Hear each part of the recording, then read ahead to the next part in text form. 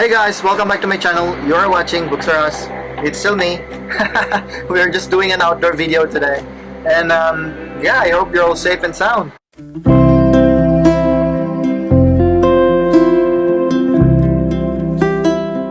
Before we go to our book review, I would just like to announce our book club that's called the Readables Book Club.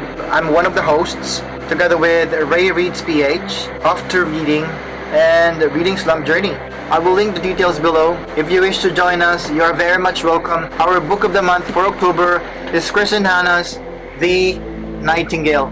It's a historical fiction. It's set in France during World War II, and it's published in 2015 to great acclaim. It's also a worldwide bestseller. A movie adaptation is actually in the works, so before that comes out, we hope to do a live discussion about this brilliant novel on 24th of October. That's Saturday at 8 p.m. And you may catch us on Reading Slump Journey's YouTube channel, and we really hope to see you all there. Thank you for your support. And so here today to do a review of a book that's so unique, and I must say, an incredible read. I really enjoyed the book, and I'm absolutely sure this will remain a famous book. 100 to 200 years from now, it will always be there with the giants, if I may say. And this book gave me a hard time actually putting it down, yet I wanted to savor it, and took me 2 weeks to actually finish it because I didn't want the story to end that fast, really. And quite not the normal pacing when I read a book this good. It's one of those books that captures your imagination. It will put you in awe, wondering how on earth did the author come up with such a brilliant idea and put it into writing. And it's difficult to talk about this book, however, without giving away too much of the plot. But I'll give my best not to spoil the story. This book is published in 1985, and that's roughly 35 years ago. And it's originally published in German, and eventually was translated in English. And upon its release, the book was a consistent bestseller for 9 years in Germany alone. And eventually, it went on to be an international bestseller. I've gotten to know this story from its film adaptation, and was surprised, actually, knowing it came from a novel. And the movie adaptation was released in 2006, by the way. And it was maybe somewhere in 2013 that I bumped into its title somewhere online and able to watch. And I liked the movie so much. So after many years, I finally picked up the book. This is written by a German author. This book is one of the famous and best-selling German novels of the 20th century, even up to this day actually. And it also received some international critical acclaim. It's told in third-person omniscient narrator. It's a literary, historical, mystery fantasy novel which heavily uses a magical realism technique, by the way. And this book is Perfume, Story of a Murderer by Patrick Suskind. I'm sorry, I can't let you see the whole picture of the front cover because it's a bit daring. So what is the story about?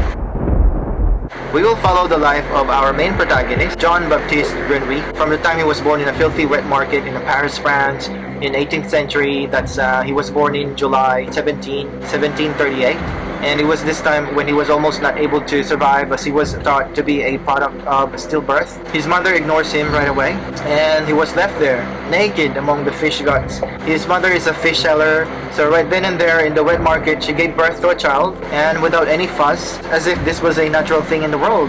Jean-Baptiste Grenouille was left there, with the fish intestines, scales and gills, with flies and all.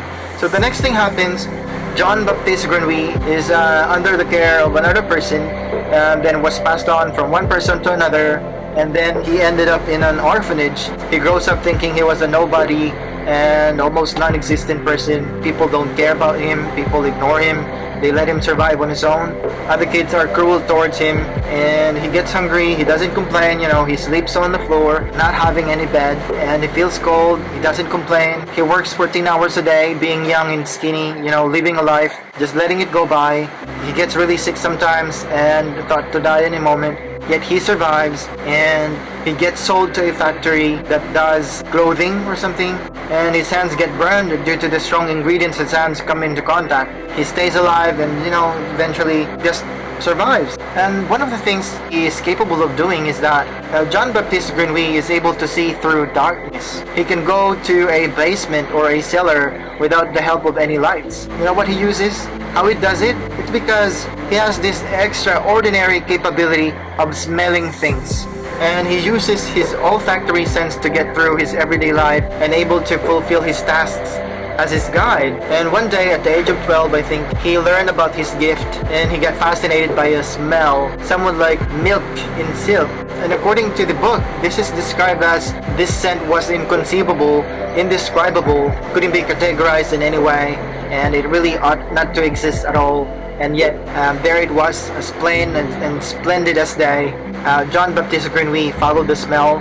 He was so excited, he felt so fearful, yet his heart was pounding. He suspected that it's not he who followed the scent, but the scent had captured him and was actually drawing him into it. Smelling this scent gave John Baptiste Grenouille an extraordinary longing. You know, he wanted to capture the smell badly, and that his heart aches, you know, upon losing the smell that he was following in that moment. It was somewhat a mesmerizing and spellbinding smell. That scent of that milk in silk came into his realization that his passion is through perfume, and we will follow his journey of learning the art of perfumery. And as a matter of fact, he will actually work in a factory or a perfume house, care of a master perfumer, which is the house of Baldini. Here, he will learn a lot of great things about doing perfume and everything. And in this house, his master, the name is Baldini, he will teach John Baptiste Grenouille. He will learn that the first rule in perfumery would be to smell when you're smelling and judge after you have smelled. So yeah, that's one thing. Grenouille will also learn that the second rule would be perfume lives in time, and that it has its youth, it also has its maturity, and it also has its old age. Only if it gives off a scent equally at all three different stages, you know, of its life, it can be called successful. One of the passages that I like that was told by his master was, whatever the art or whatever the craft, talent means next to nothing, and while experience acquired in humility and with hard work means everything. For me, I think it applies to anything in life. Yeah. So we will follow John Baptiste Grenouille's journey as he begins learning the art of perfumery, you know, perfecting it, nurturing his talent, and also the question is, will he really learn it? And will he really be able to capture the smell he first encountered earlier in the story that awakened him, you know? And upon learning that his purpose in life is to become the greatest perfumer in history, question is, will he really become one? And so yeah, it's for you guys to find out. And also, one of the questions would be, how far can you go in making your dream come true and have it realized? And is John Baptiste Grenouille be willing to pay the price? I sound like quoting something from Paulo Coelho's book, which is The Alchemist. About dreams. Anyway, so and also, while things about perfume are happening here, there's other part of this book that will be tackled, which is something despicable, and the killer is on the loose, killing young women, aged 12 up to 15. And the baffling part is, investigators couldn't find any motive of the murders. I'll stop from there. It's for you guys to find out who's that killer in this book. So you have here historical fiction, murder mystery, the art of perfumery. It has beautiful writing, a brilliant plot, with twists and turns throughout the book. What are your least favorite parts of the book? I know this is a work of fiction. It has magical realism elements in the book and all, but it only makes sense that anything is possible to happen in here. For the part where there was no magical element though mentioned, there's a scenario here where an important character was looking at his daughter while sleeping and wearing a nightgown and all. So his body is very delicately in a see-through manner, and the father was so captivated, and he confessed he had a hard time focusing on his work while seeing his daughter's beauty sometimes, you know, when she's around. And so now, being in the room, he thinks somewhat lustly thoughts in her daughter's presence while sleeping, and he can't help it because truly his daughter is portrayed here as a goddess, where people are captivated in her beauty, and that men are in awe and really admire her, somehow like in Greek's mythological stories. But for the wholesomeness in me, you know, I cringed in that scenario because the book would still be this brilliant without that part, I think.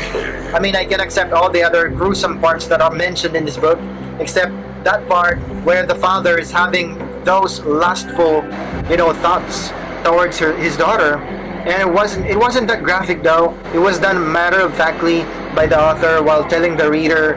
I mean, in Freud's theory in psychology about father and daughter relationship, I think it can happen, maybe. But I just cringed on that part in here, to be honest. It's only a minor scenario, mind you. I hope it won't make you hesitate in picking up this book. I wish I could find any other things I didn't like in the book, but this one is really, that's what's on top of my list, so yeah. What did you like about the book? I like the story. I mean, a lot. I like the writing style. I like the plot. I like all the characters, good and bad. And I like the idea of having the sense of smell is fully explored here.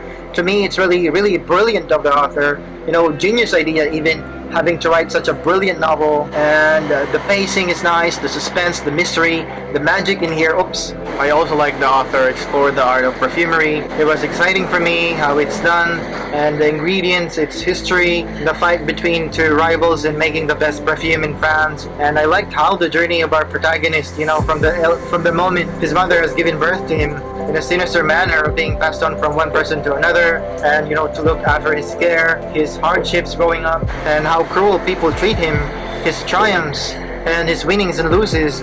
And up to the last page was explored, you know, awesomely by the author. If you look at it from the perspective of looking at a painting, you know, the story in this book is definitely a work of art. And it's exotic, sensual, you know, it's one of a kind, it's mesmerizing, it's addictive, and you won't read anything like this. It's a masterpiece, really. The prose is so rich, you know, it's full of beautiful passages. The place, the landscape, the fascinating characters, the character development of our main protagonist as he discovers himself, you know, his purpose in life, his gift, and his journey is so extraordinary. Really a wonderful piece of art. And it's a great work of literature for me. It's character driven, it's also plot driven, and it's philosophical, it's psychological, you know, definitely full of surprises. Truly a magical book. I can't stress it enough. I highly recommend this book to you guys. You know, it's a novel where you'll get to smell every word and description of all things in the book without actually smelling the thing. You know, that's how powerful Patrick Suskind's writing is. You are really in for a treat with this one. And if you want a book that would transport you to the 18th century France, that will delight and let you see the many realms of life using your sense of smell and of how perfume is created, of how a good book should be. It's time you pick this up. You know, it's absolutely worth your money and time. I promise you, this is really good. So there you have it, guys. Thank you for tuning in, and if you like this video, please give it a thumbs up. If you haven't subscribed yet, please subscribe now if you want to see more book reviews on my channel. I'm your Pinoy BookTuber. Basa-basa din pag may time. Stay safe. Bye for now.